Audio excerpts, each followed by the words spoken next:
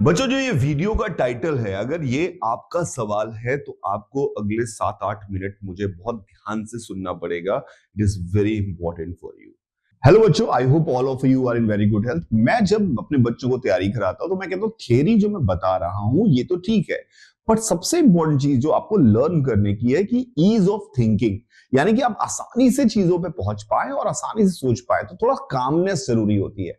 मैं उसका इलस्ट्रेशन लेने के लिए मैं जे एडवांस के ही 2 सवाल लेके आपके सामने आया हूं, और इन 2 सवालों को कैसे ईज से सॉल्व करने में, कितना सुकून से सॉल्व करने में चीजें कितनी आसान हो जाती है, उसकी बात मैं करने की कोशिश कर रहा हूं। Let's see this question. 2018 का ये सवाल है। इसमें बोल रहा है कि वायर को कॉनकेव मिरर के सामने ऐसे बेंड करके रख दिया गया, ट्रायंगल फॉर्म में। ये दिख रहा है आपको, ऐसे बेंड करके। वो कह रहा है कि बताओ इमेज का शेप कैसा होगा।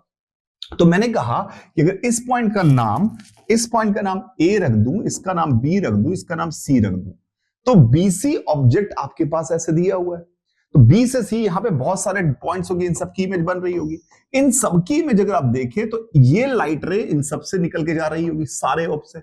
अगर ये सारी लाइट रे, यानी कि सारे ऑब्जेक्ट इस लाइट रे पे लाई कर रहे हैं, तो इसकी इमेज इसकी रिफ्लेक्टेड पे लाई करेगी, और ये फोकस है तो इमेज ये हो गई, यानी कि इमेज इस लाइन पर ही लाई करेगी। इमेज इस लाइन पे लाई करेगी। So the answer of this question is D, and we mark this question. और अगर आप इसका सॉल्यूशन देखेंगे तो ये काफी लंबे लंबे तरीके से सॉल्व किया जाता है, पर ये ease of thought process is very much important.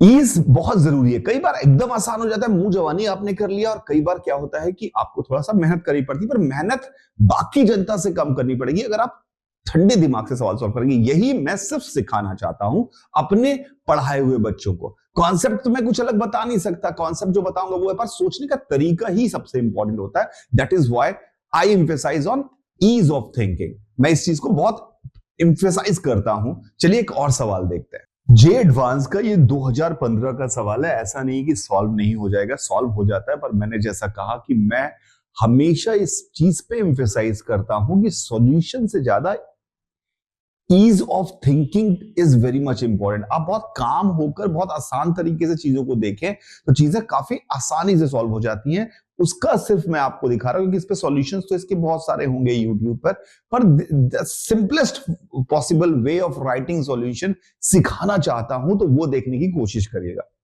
इस पर्टिकुलर सवाल में क्या दिया हुआ है, इसमें लिखा हुआ है कि लाइट रे आ रही है 60 डिग्री के एंगल ऑफ इंसिडेंस पे, इक्विलैटरल प्रिज्म है, यानी एंगल ऑफ प्रिज्म भी 60 डिग्री है, रिफ्रैक्टिव इंडेक्स n है और इमर्ज करती है थीटा पर। n बदलोगे तो थीटा बदलेगा।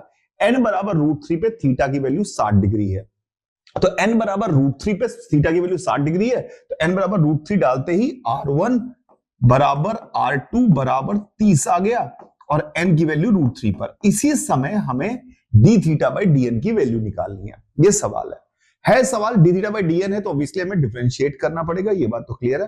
पर ईज ऑफ डिफरेंशिएशन या ईज ऑफ प्रोसेस बहुत इंपॉर्टेंट होता है। तो मैंने अगर इसमें इक्वेशन लिखी, इक्वेशन नंबर 1 लिखी मैंने, 1 sin 60 is equal to n sin r1। n sin r1 इसको डिफरेंशिएट कर दिया तो इधर आ गया 0, इधर आगे n के रिस्पेक्ट में डिफरेंशिएट किया, इधर आया पहला टर्म sin r1, दूसरा टर्म आया है plus n cos r1 dr1 by dn, equation number 1।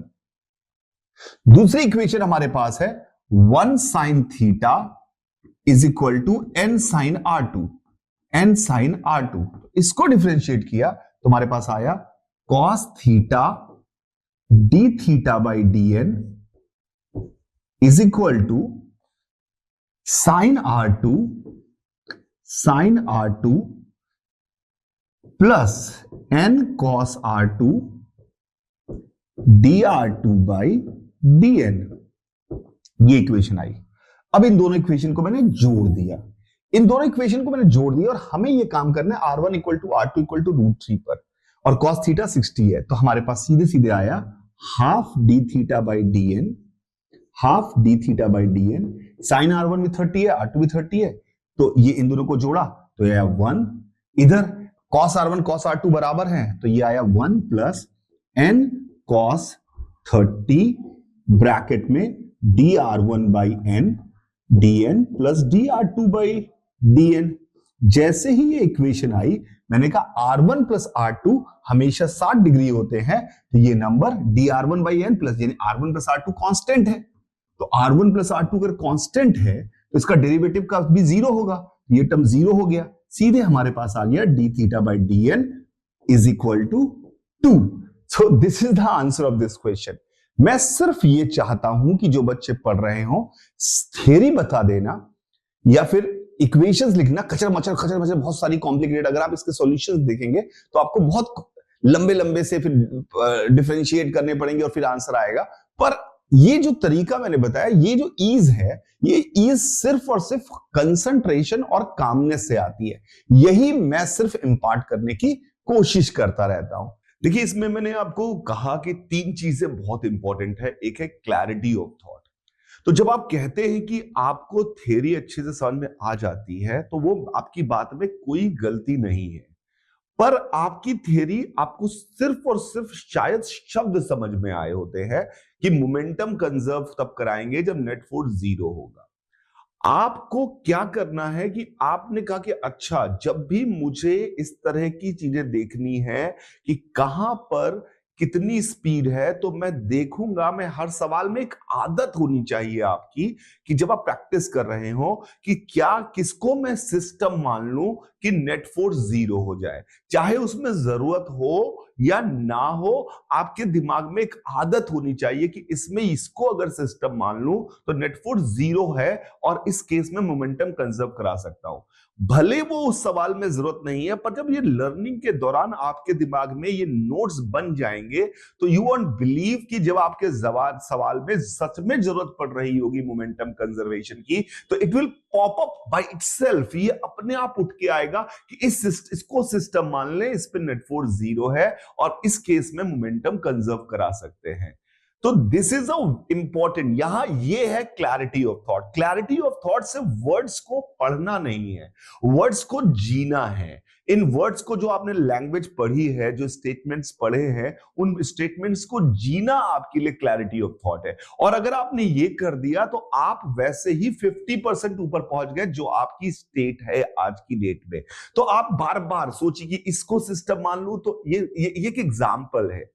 Don't take कि सिर्फ इसी जगह काम करना है, जहां पर भी आपने कोई नया कॉन्सेप्ट पढ़ा उसको देखिए कि कहां कहां वो एप्लीकेबल है, कहां कहां वो लग रहा है। 2-4 जगह दिमाग में डाल के देखिए, दिमाग में सोचते रहिए और सोचते सोचते इसके बारे में एनालाइज करते रहिए, तो डेफिनेटली आपको इसका फायदा मिलेगा। और अब आप कह सकते हैं कि मुझे थ्योरी समझ में आ गई, थ्योरी समझ में आ गई और थ्योरी फील हो गई, क्लैरिटी हो गई। दोनों में थोड़ा सा अंतर था। इस छोटे से चेंज से आपका जीवन बदल जाएगा, आपको ये बात याद रखनी है। दूसरा कामनेस हमने बात की। कामनेस क्या चीज है कि जब आप सवाल पढ़ रहे होते हैं, अगर आप उस सवाल का आंसर निकालने के लिए सवाल पढ़ रहे हैं, तो आप ये मान के चलिए कि आप 70% केसेस में आंसर नहीं निकाल पाएंगे। अगर आप उस सवाल को बिल्कुल आराम से पढ़ रहे हैं कि देखते हैं कि क्या हो रहा है इस सवाल में, लेट्स रीड इट, एक 15 सेकंड का थॉट देते हैं कि हो क्या रहा है सवाल में, समझने की कोशिश करते हैं, तो मैं आपको बता रहा हूं कि ये जो छोटी सी आदत का चेंज है, आराम से पहले पढ़ते हैं। और स्टार्ट में क्या करिए कि स्टार्ट में इस प्रैक्टिस को करने के लिए आपको ये जो चीज मैं बता रहा हूं, आप बचपन वाली प्रैक्टिस करिए। आप लिखिए given that to find out, given that और टू फाइंड आउट लिखिए। It will definitely help you, it will definitely help you. If you could not reach at the particular conclusion कि मैं नहीं पहुंच पा रहा हूं कि क्या हो रहा है सवाल में, बिल्कुल नहीं समझ में आ रहा है, तो आप सिर्फ ये लिखिए थे वहां पर मेरे को क्या लग रहा है, आपको जो जो फील आया वो आप लिखिए। फिर अपने किसी एक टीचर से जाकर डिस्कस करिए, जिसके साथ भी आप पढ़ रहे हैं, मुझसे पढ़ते हैं तो मुझसे, या किसी और से पढ़ते हैं तो उससे, कि ये मैंने इस तरह से सोचा। जबरदस्ती मत कुछ पूछिए, जस्ट थिंक बिफोर आस्किंग, आपकी इज्जत आपके हाथ में है। आप ऐसे सवाल पूछिए। देखिए एक बहुत बड़ी इंपॉर्टेंट बात है, ये सोचना कि मैं कहीं कोई घटिया सवाल तो नहीं पूछने जा रहा हूं। अगर आप बैक ऑफ द माइंड में ये सोचकर आप सवाल को वापस से रिफाइन करके पूछते हैं, तो आप ये मान के चलिए कि आप आधे समय में आप सवाल को पूछने की जरूरत ही नहीं पड़ेगी।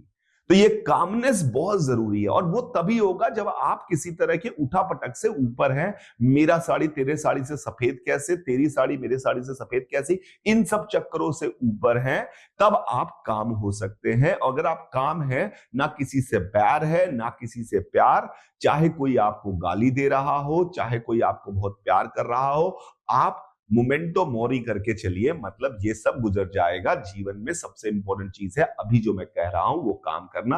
The calmness is very much important if you want to solve physics problem. You can be excited sometime when you solve a question. You can be excited sometime when you explain something. But be calm at your inner self. This is the most important point जो आप याद रखिएगा। तीसरी चीज जो मैंने कहा, concentration. वैसे क्लैरिटी और कामनेस के बाद कंसंट्रेशन अपने आप उभरने वाली एक चीज है जो अपने आप आ जाएगी, पर हां इनिशियली हमें इसे प्रैक्टिस करना पड़ेगा।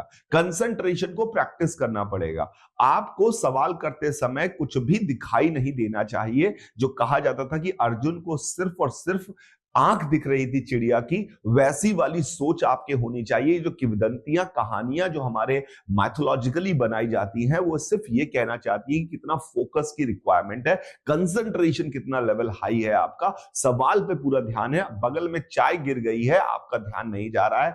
बगल में कोई बोल रहा है कि यार मैं आधे घंटे से तुझे आवाज दे रहा हूं, तुझे सुनाई नहीं दे रहा है क्या? तो हाँ, नहीं सुनाई दे रहा है। ऐसी स्थिति आने के लिए फिर आपको दुनिया में कोई ताकत नहीं रोक सकती, आप अच्छा परफॉर्म करें।